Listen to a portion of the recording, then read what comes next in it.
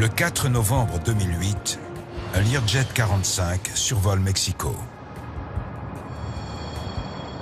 Victor Mike Charlie, contact radar. Descendez à 200. 200 Mike Charlie. Alvaro Sanchez et Martin Oliva sont aux commandes. Tous deux ont le grade de capitaine, mais ce soir, le capitaine Oliva est le commandant. Je commence à 250, Alvaro, d'accord? Ça me paraît bien. Il s'agit d'un vol spécial affrété par le gouvernement. On ne doit plus être très loin. Le ministre de l'Intérieur mexicain et ses conseillers se rendent à Mexico.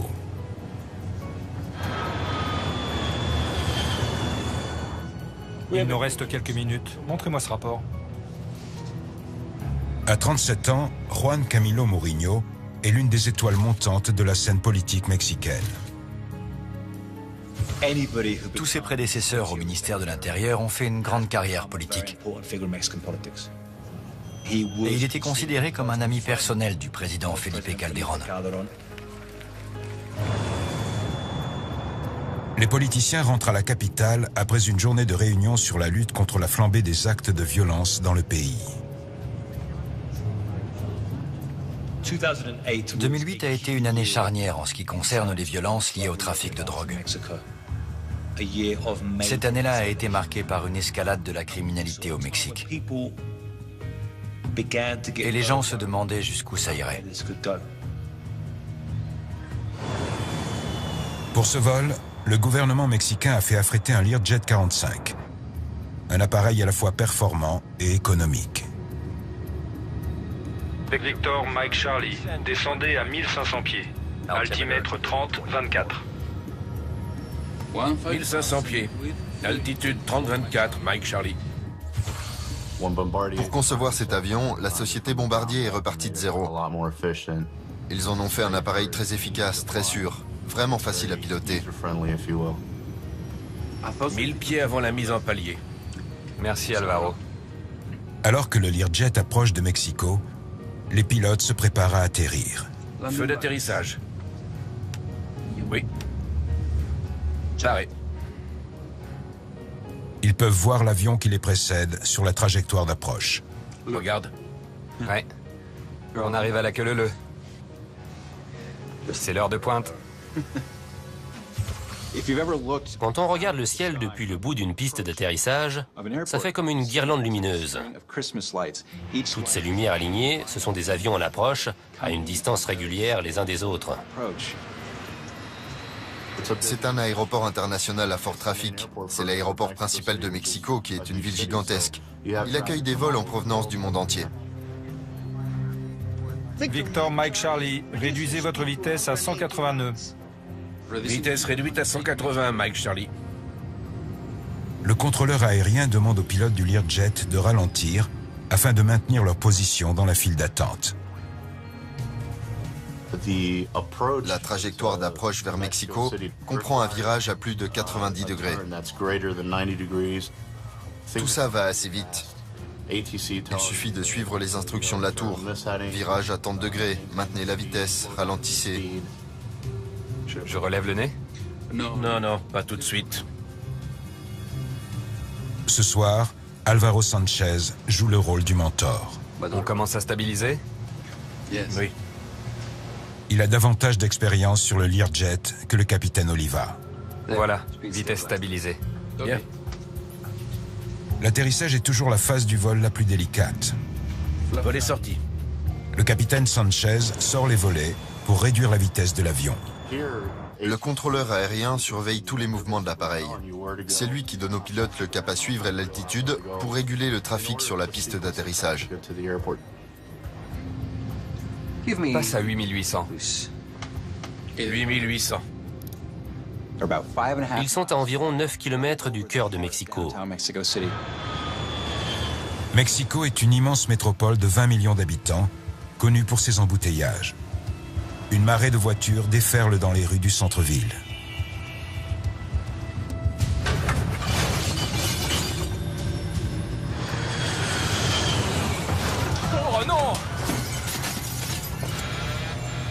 Tout d'un coup, c'est le chaos. L'avion se retourne et descend en piqué.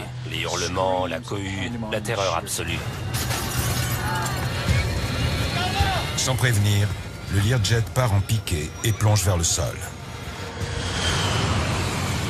Qu'est-ce qui se passe? Alvaro! Donne-moi les commandes. Donne-les-moi. Le copilote prend les commandes de l'avion. À toi, Alvaro! Il tire sur le manche pour tenter de redresser l'avion.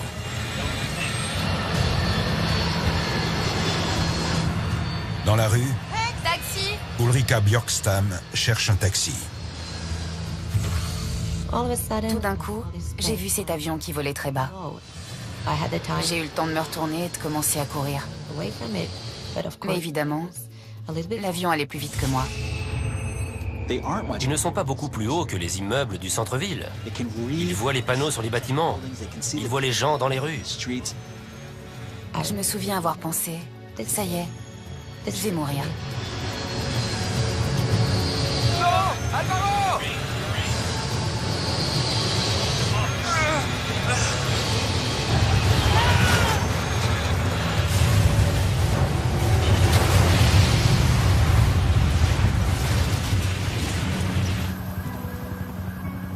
Le Learjet Victor Mike Charlie a dévasté le quartier des affaires de Mexico. C'était une scène d'horreur. Des témoins ont affirmé que les flammes étaient plus hautes que les immeubles. Aucune des 9 personnes à bord n'a survécu. Le crash a aussi tué 7 personnes au sol et blessé des dizaines d'autres. Ulrika Björkstam a été projetée par l'explosion et brûlée par les flammes. Je sentais mes brûlures. Et c'est comme si une voix dans ma tête me disait « Il faut te relever maintenant, sinon tu ne te relèveras jamais. » Je me souviens juste que ça explosait partout.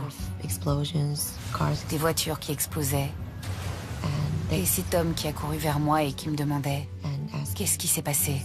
C'était une bombe? » Non, c'était un avion.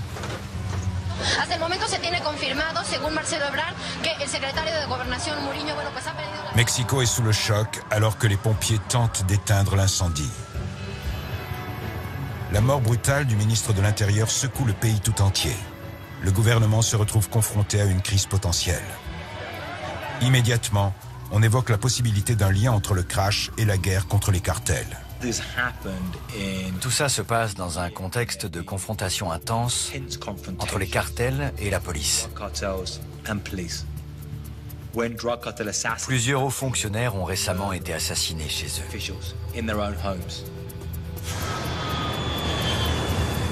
Cette hypothèse est renforcée par le fait que le tsar de la lutte antidrogue, José Luis Santiago Vasconcelos, était aussi à bord.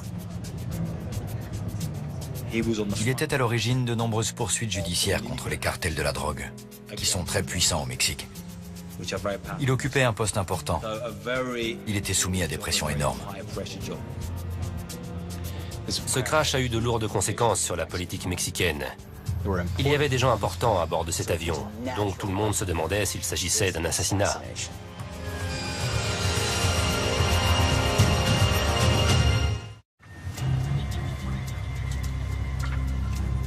Le lendemain du crash d'un Learjet du gouvernement en plein cœur de Mexico, les enquêteurs commencent à examiner ce qui pourrait bien être une scène de crime. L'un des dirigeants politiques qui était à bord, José Luis Santiago Vasconcelos, avait déjà été pris pour cible. Il avait déclaré avoir reçu des menaces. Et la police avait déjoué un complot visant à le tuer. Les cartels ont-ils mis leurs menaces à exécution? Si oui, cela marquerait une dangereuse escalade dans leur guerre contre le gouvernement mexicain. C'est très inquiétant. Ce n'est plus simplement un problème de criminalité. Ça devient une question de sécurité nationale. Tout le pays est plongé dans la peur. Soucieux d'apaiser l'opinion publique, le gouvernement mexicain demande l'aide des États-Unis. Le FBI et le National Transportation Safety Board sont envoyés en renfort. L'agent du NTSB Joe Sidor sait qu'il s'agit d'une mission pas comme les autres. Dès qu'on a su que le ministre de l'Intérieur faisait partie des victimes, j'ai compris que l'enquête allait s'orienter vers la politique et qu'il allait falloir faire preuve de tact et de diplomatie. Ça n'allait pas être une enquête purement technique. Joe Sidor, NTSB. Sur le site du crash, au milieu des décombres, la première tâche de Joe Sidor consiste à identifier les débris de l'avion. Bon, tout ce qui vient de l'avion, on le met là-bas, d'accord? Tout le reste, on le met ici. C'est un travail monumental. Avec tous les débris provenant des bâtiments, des voitures et du mobilier urbain, isoler l'épave du Learjet semble presque impossible. L'avion s'est écrasé en pleine heure de pointe dans l'une des villes les plus embouteillées au monde. Il y a des débris partout. Est-ce que ça vient d'une voiture? Est-ce que c'est un bout d'avion? Comment savoir? C'est le chaos total.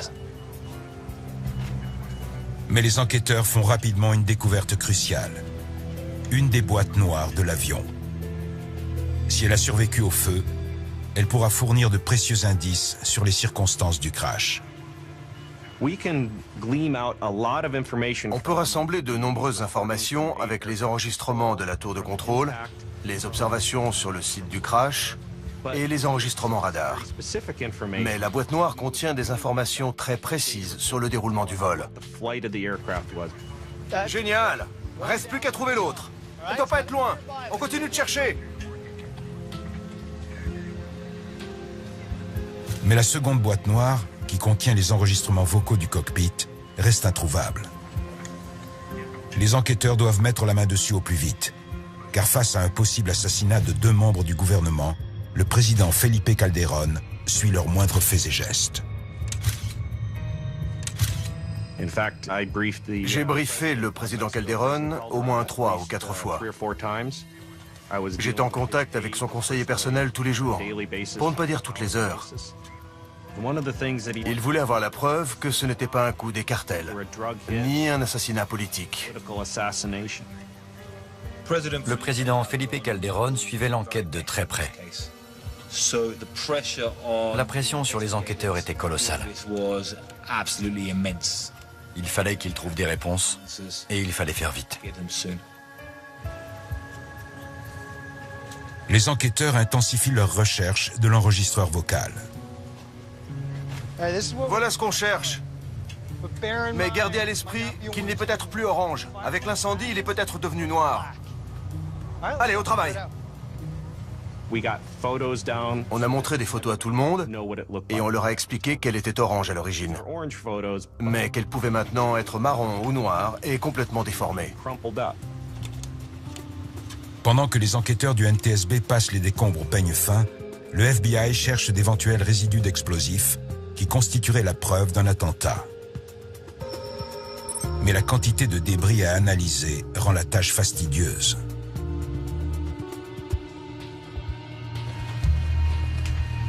La recherche intensive de l'enregistreur vocal ne donne rien, jusqu'à ce qu'un morceau de débris noirci par le feu attire l'attention d'un enquêteur. Le plus étonnant, c'est qu'on n'arrêtait pas de passer à côté. Mais comme il était noirci par les flammes et couché sur le côté, on ne l'avait pas identifié. Fais voir. Je suis passé à côté une bonne dizaine de fois. Les enquêteurs mexicains emportent les boîtes noires à Washington, où les experts du NTSB tenteront de récupérer les données qu'elles contiennent. Ils ne disposaient pas de labos aussi sophistiqués que ceux du NTSB. Alors on s'était mis d'accord avec eux pour qu'ils emportent les boîtes noires à Washington.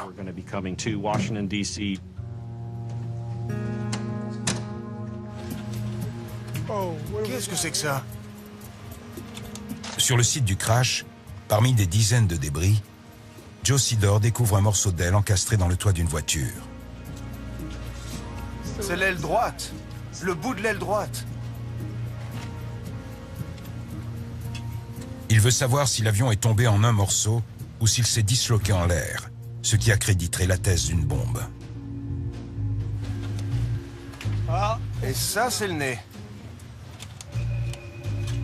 Tout l'avion est là. Il n'a pas pu exploser en vol. On avait le bout de l'aile gauche, les gouvernes droite et gauche, et la gouverne de direction. Ça voulait dire que l'avion s'était crashé en un seul morceau. Le fait que les débris soient si proches les uns des autres permettait d'écarter l'hypothèse d'une explosion en vol. Les enquêteurs sont soulagés. Les résultats des tests menés par le FBI confirment leurs observations. Il faut que j'y aille, à plus tard. Il n'y a aucune trace d'une bombe. Le FBI a prélevé des échantillons sur les débris de l'avion, et même sur les voitures et dans les bâtiments alentours. Ils n'ont trouvé aucune trace d'explosif.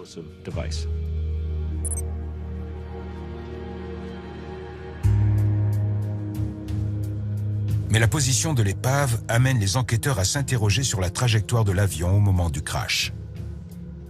On dirait qu'il se dirigeait vers l'ouest au moment de l'impact.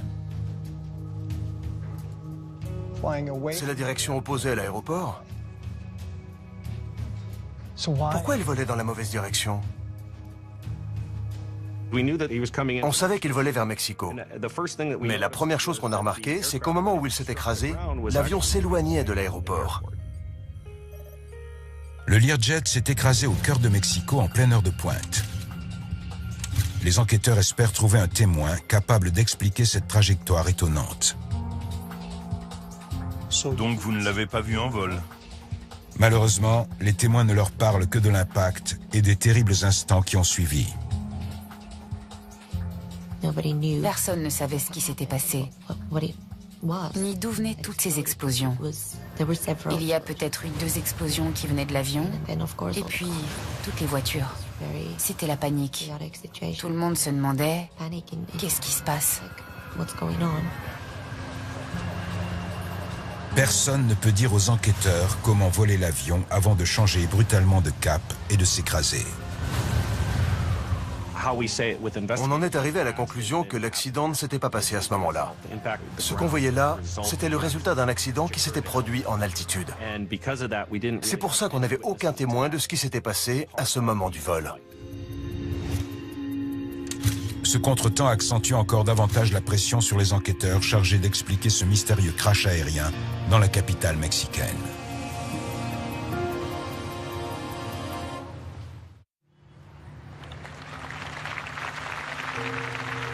Lors des funérailles nationales, le président mexicain rend hommage aux victimes d'une catastrophe aérienne qui a touché la nation en plein cœur.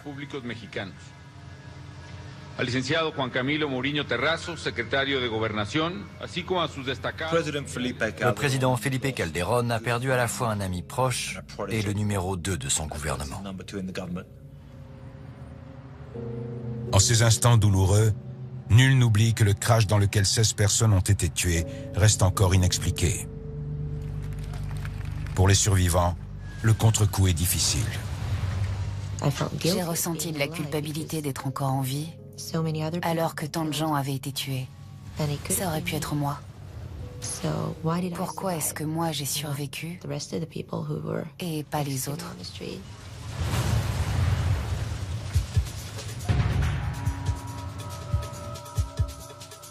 Au labo du NTSB à Washington, tous les regards se tournent vers la boîte noire.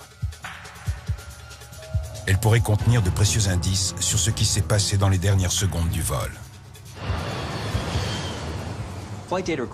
Les boîtes noires contiennent des milliers de données. Ça va des sollicitations des commandes à la position des gouvernes, en passant par la vitesse, la température ou la pression. Bref, tout ce qui peut être utile à un enquêteur. Les techniciens parviennent à télécharger toutes les données, mais ils réalisent rapidement qu'elles n'aideront pas à résoudre l'enquête. Ces informations ont plus de 2 ans. L'enregistreur ne fonctionnait plus depuis longtemps. C'était très décourageant d'apprendre qu'on n'avait aucun enregistrement du vol. Les enquêteurs vont devoir changer de stratégie pour comprendre pourquoi le Learjet volait dans la mauvaise direction.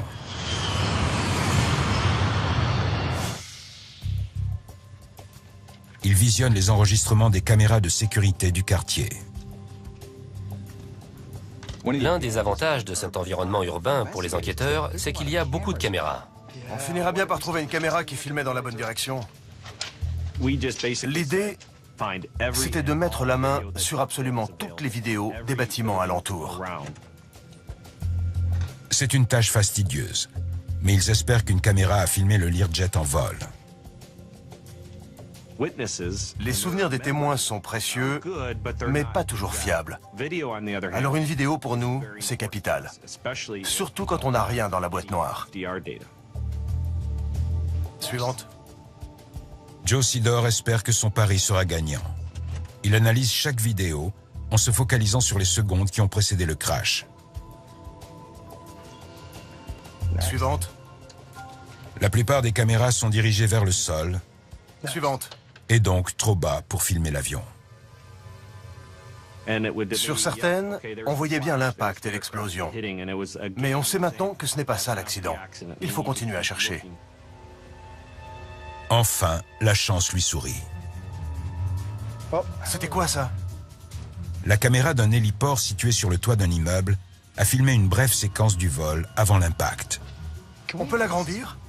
On voit la traînée de l'avion qui descend en piqué et on se dit, cette fois, on tient quelque chose. La vidéo révèle que l'avion a soudainement effectué un piqué très prononcé et fait volte-face. Mais rien n'indique la cause de ce changement de cap. Alors, il s'approchait tranquillement de l'aéroport et d'un seul coup, il se retrouve empiqué dans la direction opposée. Comment ont-ils pu faire demi-tour aussi vite? On savait qu'ils allaient dans cette direction. Et tout d'un coup, on voit qu'ils volent dans cette direction. Comment c'est possible? Un avion ne peut pas tourner comme ça et piquer ensuite. Il fallait qu'on découvre ce qui avait pu amener l'avion à se retrouver dans cette position. Les enquêteurs se demandent s'il a pu y avoir une défaillance des gouvernes. Si les déporteurs se bloquent d'un seul côté, il peut se retourner. La gouverne de direction, les ailerons et les déporteurs assurent la stabilité de l'avion en vol. Une défaillance d'un de ces éléments pourrait expliquer la perte de contrôle. Si un déporteur se lève sur une aile et pas sur l'autre, ça génère un roulis qui peut faire basculer l'avion. Les enquêteurs analysent le mécanisme des déporteurs. Ils sont commandés de manière hydraulique.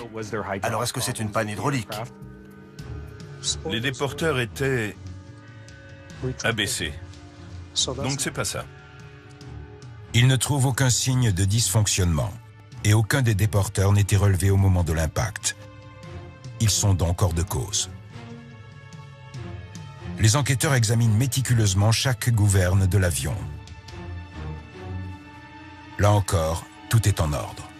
On n'avait aucune preuve indiquant un problème mécanique dans l'avion. Les enquêteurs sont à nouveau dans l'impasse. Rien ne permet de comprendre pourquoi le Learjet a brusquement changé de cap avant de s'écraser dans les rues de Mexico. Oh my God! Qu'est-ce qui se passe? Alvaro!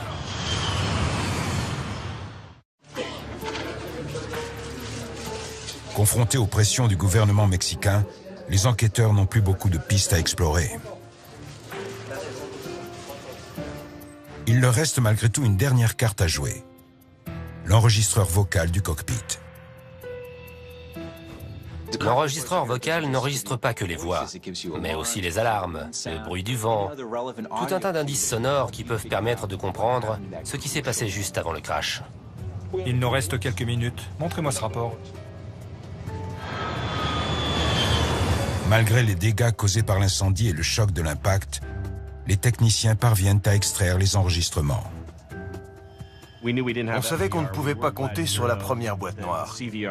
Alors on a été soulagés d'apprendre qu'on pouvait exploiter l'enregistreur vocal. On a assez attendu, il est temps de l'écouter. Victor Mike Charlie, réduisez votre vitesse à 180 nœuds. Vitesse réduite à 180, Mike Charlie. C'est un petit avion. Alors on entendait non seulement les voix dans le cockpit, mais aussi tout ce qui se passait dans la cabine. On ne doit plus être très loin. En écoutant les derniers instants avant le crash, ils n'entendent rien qui sorte de l'ordinaire. Je relève le nez? Non, non, pas tout de suite. L'une des choses qui nous a rassurés, c'est que ce n'était pas une manœuvre intentionnelle qui avait provoqué le crash. Il n'y avait aucun bruit de lutte, aucune explosion. Ça nous a permis de clore ce chapitre de l'enquête. Mais le mystère de la cause du crash n'est pas résolu. Feu d'atterrissage. Les enquêteurs écoutent la descente vers la piste d'atterrissage. Regarde. Ouais. On arrive à la queue-leu-leu. Tout semble normal quand...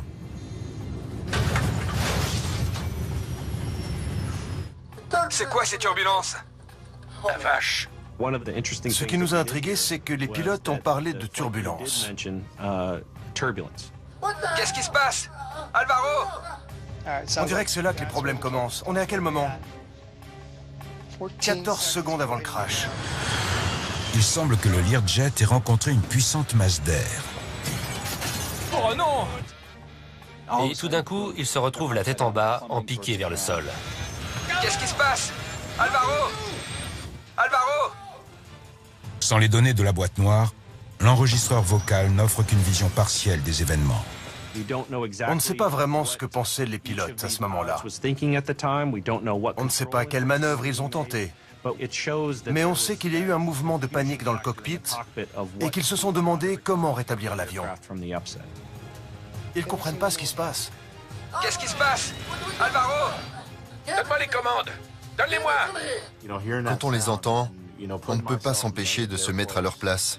Et vu comment ça s'est fini, ça a dû être horrible. À toi, Alvaro! Ils ont essayé de redresser, mais ça n'a pas suffi. Ils n'avaient plus le temps, ils étaient trop bas. Non!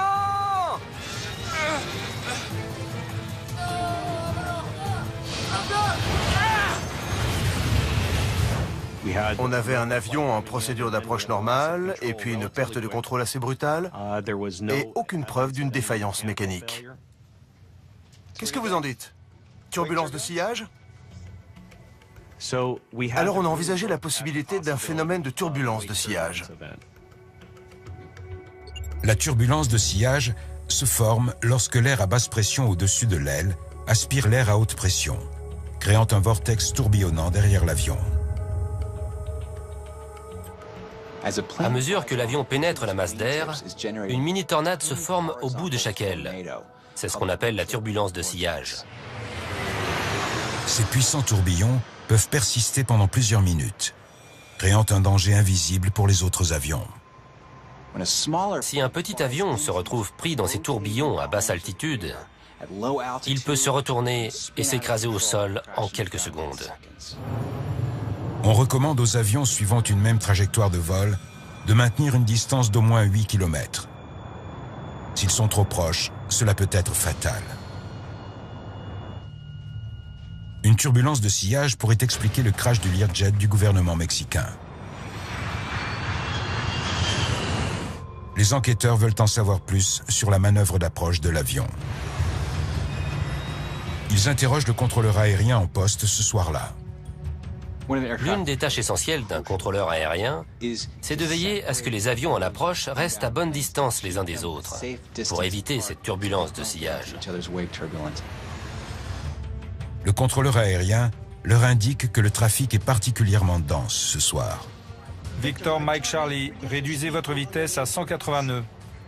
Imaginez, c'est l'heure de pointe, les avions arrivent tous en même temps de toutes les directions. C'est le moment critique où le contrôleur n'a pas le droit à l'erreur. Victor Mike Charlie, virez à droite et maintenez la vitesse à 220 nœuds. Vers 18h30, le contrôleur aérien intercale le Learjet derrière un avion beaucoup plus gros. Un Boeing 767 est en manœuvre d'approche juste devant le Learjet 45. C'est l'heure de pointe. Oui. Mais il y a un problème.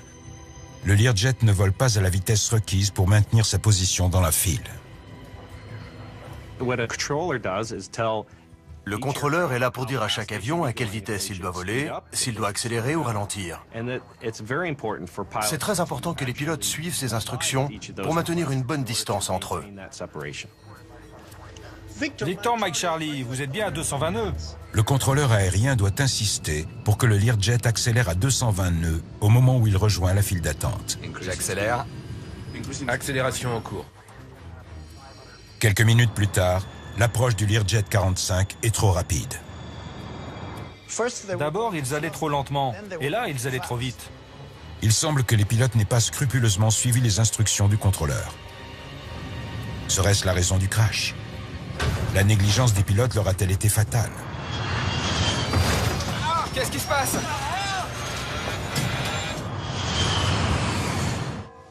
Les enquêteurs veulent savoir à quelle distance le Learjet s'est approché du 767. Ils analysent les données radar enregistrées par la tour de contrôle dans les secondes précédant le crash et font une découverte étonnante. La distance n'est pas idéale, mais elle n'est pas problématique. Il semble que le Learjet soit resté assez loin du 767 pour éviter toute turbulence. Ils se sont rapprochés du 767 qui les précédait, mais ils étaient tout de même à bonne distance. Ils étaient à environ 6,5 km du 767. Du coup, on ne s'expliquait pas comment une turbulence de sillage pouvait être à l'origine de l'accident. On a dû tout reprendre pour essayer de comprendre pourquoi, ce jour-là, à cette heure précise, la turbulence de sillage du 767 avait affecté le Learjet 45. Qu'est-ce qui se passe? C'est quoi ces turbulences? La vache. Alvaro! L'enquête sur le crash du Learjet 45 est au point mort. Les preuves se contredisent. Si les enregistrements vocaux du cockpit suggèrent un phénomène de turbulence de sillage, les données radar indiquent que le Learjet est resté à bonne distance du Boeing. Les enquêteurs veulent en avoir le cœur net. Ils décident de récupérer les données contenues dans la boîte noire du Boeing 767 qui précédait le Learjet. Si le 767 a effectivement produit une turbulence de sillage inhabituelle, ces données devraient leur permettre de comprendre pourquoi. Avec les données enregistrées par la boîte noire du Boeing, la vitesse, la position des volets, ils pouvaient avoir une idée précise de la turbulence de sillage que cet avion produisait. Mais les enquêteurs ne découvrent rien de particulier. La turbulence de sillage générée par le 767 semble normale. Il leur manque toujours une pièce du puzzle. Mais lorsqu'ils intègrent les données atmosphériques, le résultat change radicalement. On ne peut pas évaluer l'importance d'une turbulence de sillage sans prendre en compte la météo. Ils découvrent que la turbulence de sillage générée par le 767 est probablement plus longue qu'en temps normal, mettant le Learjet en danger. La raison? Une météo particulièrement calme. Le vent n'est pas assez fort pour disperser la turbulence. En général, on se dit qu'un ciel calme, sans nuages et sans vent, ce sont des conditions de vol parfaites. En fait, l'absence de vent favorise la persistance des tourbillons de sillage. S'il n'y a pas de vent pour les briser, ils peuvent devenir dangereux. On a un ciel sans vent, un avion lourd devant, un avion léger derrière. Toutes les conditions sont réunies pour que le Learjet 45 subisse la turbulence de sillage générée par le 767. Les pilotes voient le 767 devant eux. Il amorce le virage. Donc, il est à 8 km de nous. Et ils se croient à une distance suffisante. Si vous regardez depuis le cockpit, tout ce que vous voyez, c'est un point qui avance devant vous. Ça ne suffit pas pour évaluer la distance avec l'avion qui vous précède. Brusquement, la turbulence de sillage frappe le Learjet de plein fouet et le retourne. C'est une force extrêmement puissante, et si elle vous entraîne, il est trop tard. Cela explique le brusque changement de cap. Qu'est-ce qui se passe? L'avion a fait un demi-tonneau et il a décroché. Ils ont essayé de redresser. Je pense que s'ils s'étaient trouvés 1000 ou 2000 pieds plus haut, ils auraient réussi à redresser l'avion. Non! Alvaro! C'est déjà trop tard. Ils n'ont pas le temps de redresser. C'est impossible. Ils ont à peine le temps de réaliser qu'ils vont mourir.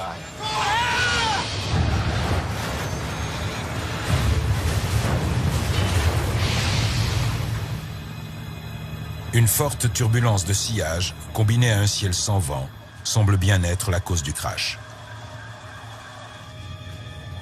Mais les enquêteurs se posent encore des questions. Ils se demandent pourquoi un équipage chargé de transporter des membres du gouvernement n'a pas pris davantage de précautions, étant donné l'absence de vent. Une fois que les enquêteurs ont compris qu'il s'agissait d'un problème de turbulence, la question, c'était de savoir pourquoi le Learjet s'était rapproché du 767 au point de subir cette turbulence. La manœuvre d'approche consiste à réduire la vitesse de l'avion tout en contrôlant l'altitude. Quand vous arrivez dans le trafic de l'aéroport à l'heure de pointe, la marge d'erreur est infime. Vous n'avez pas le droit de vous tromper. Le 767 a une approche régulière. Mais regardez le Learjet. La comparaison de la manœuvre d'approche du 767 et de celle du Learjet 45 révèle deux techniques de pilotage différentes.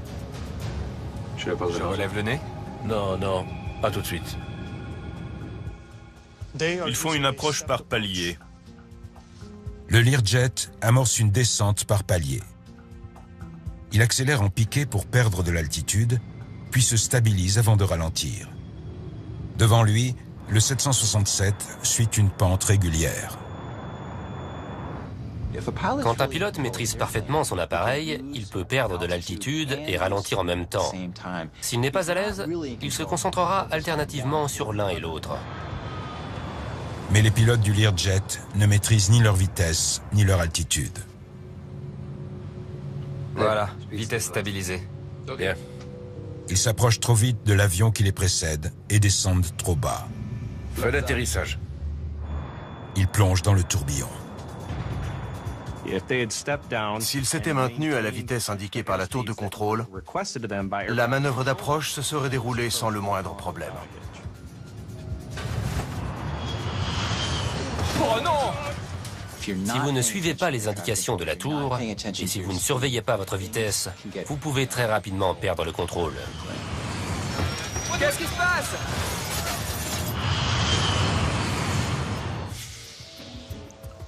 On peut le réécouter?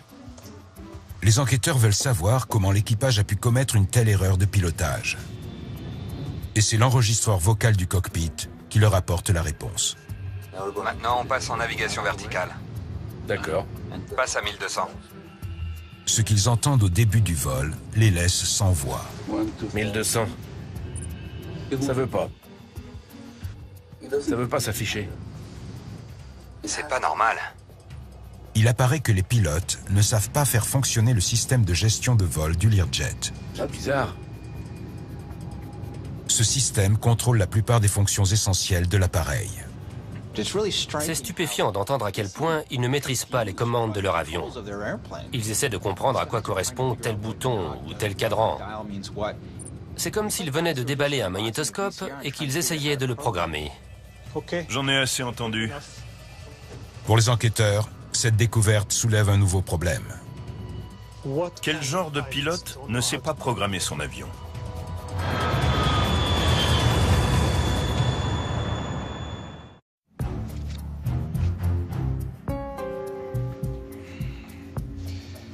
Bon, voyons ce qu'on a sur eux. Les enquêteurs se plongent dans les antécédents professionnels des pilotes du Learjet. Ils cherchent à comprendre les raisons de leur défaillance. Je rêve. Ils découvrent des incohérences dans les certificats des deux pilotes. C'est même pas signé. Dans les dossiers de certification du pilote et du copilote pour le Learjet 45, il manquait des signatures, il manquait des formulaires.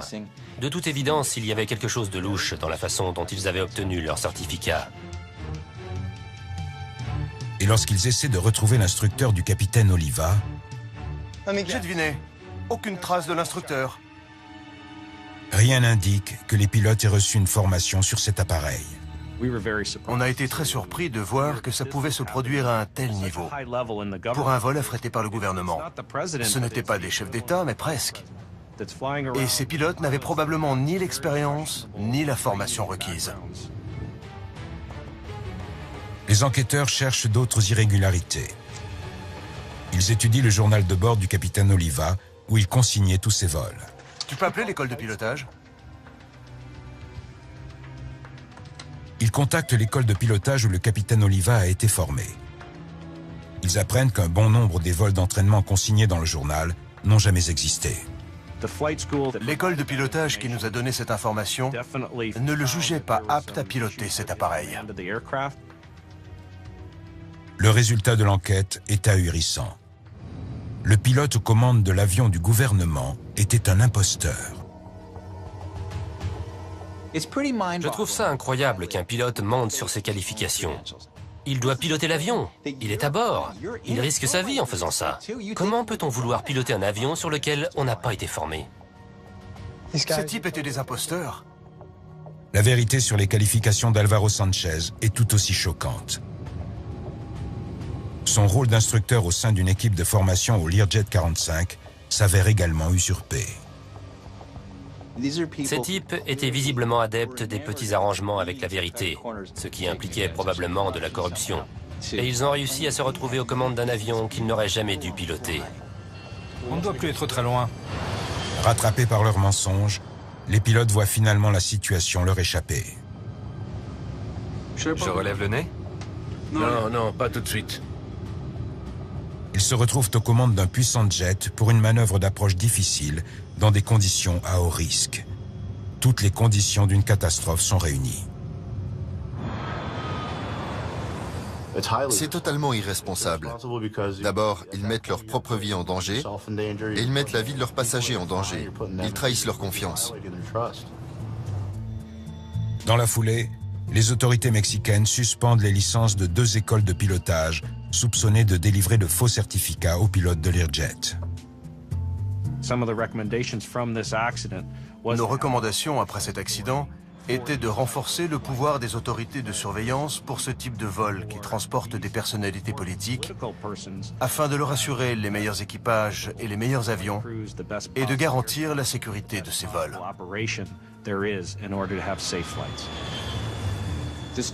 J'imagine qu'ils ont été séduits par l'idée de piloter cet avion avec à bord l'une des personnalités les plus influentes du pays. Ils ont dû se dire que ça valait la peine de tricher sur leurs qualifications. Mais ce mensonge leur a coûté très cher.